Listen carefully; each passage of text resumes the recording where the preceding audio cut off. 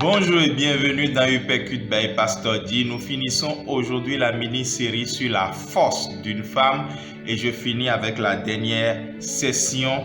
Rêvons et agissons ensemble. Rêvons et agissons ensemble. Nous demeurons dans Proverbes chapitre 24, le verset 10, version semeur.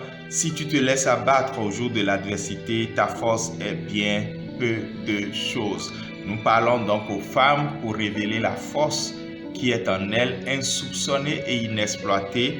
En tout cas, depuis hier, plusieurs ont proclamé avoir fait le choix d'être une femme extraordinaire dans les desseins de Dieu. Aujourd'hui, on est concret, on passe à l'action. C'est pour ça que c'est rêvons et agissons ensemble. Premièrement, qu'allez-vous faire pour encourager votre époux à avoir ou développer une foi plus solide?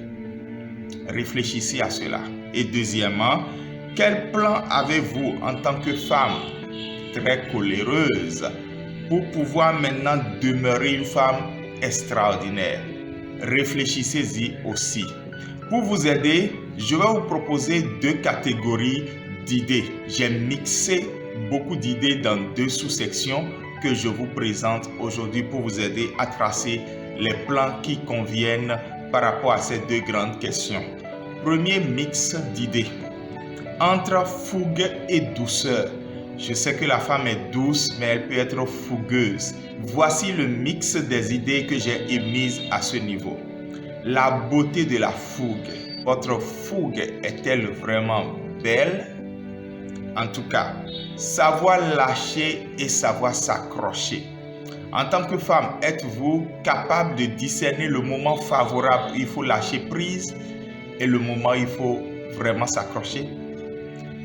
Rêvons ensemble. Avez-vous d'autres femmes qui vivent la même situation familiale, professionnelle, communautaire comme vous et vous êtes-vous mis ensemble avec elles pour rêver ensemble afin d'agir ensemble?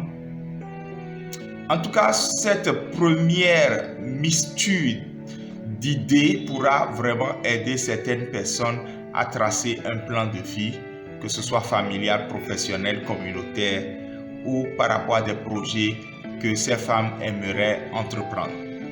Deuxième mixte d'idées, transformé par le Saint-Esprit. Et surtout ici, c'est par rapport au plan à tracer par rapport à la colère. La joie d'aimer son époux, même après des années de mariage.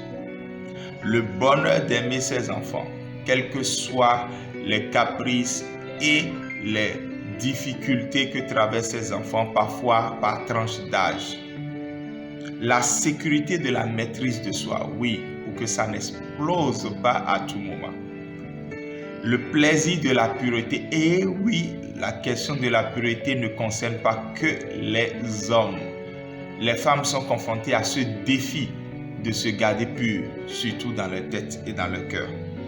5. Le bonheur de travailler à la maison.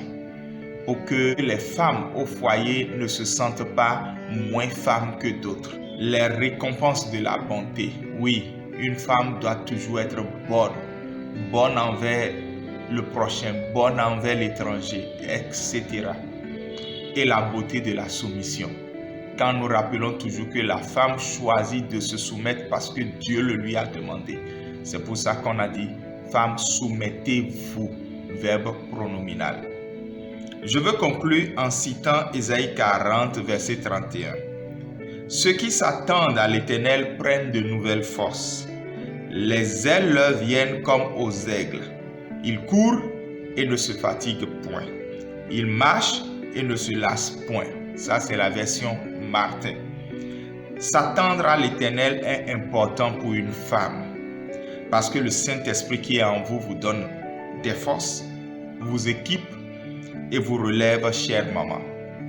Votre force n'est pas dans vos muscles, vous n'en avez même pas beaucoup. Votre force est dans votre communion avec Dieu et dans les bonnes voies qu'il a tracées pour vous. Vous êtes extraordinaire. J'encourage toutes les femmes qui ont fait un retour positif à la session 2 d'hier de prendre au sérieux ce plan de vie à tracer et au besoin, je pourrais toujours les orienter vers mon épouse qui a fait l'accompagnement théologique et pastoral qui pourra toujours les accompagner, ou moi-même je pourrai prendre celle que je pourrai prendre. Ce qui est certain, vous êtes extraordinaire parce que vous avez fait le choix de l'être. Que le Saint-Esprit vous accompagne. Je prie que votre cœur déborde de joie au cours de cette journée et que ce soit la joie du Seigneur. Shalom et à demain.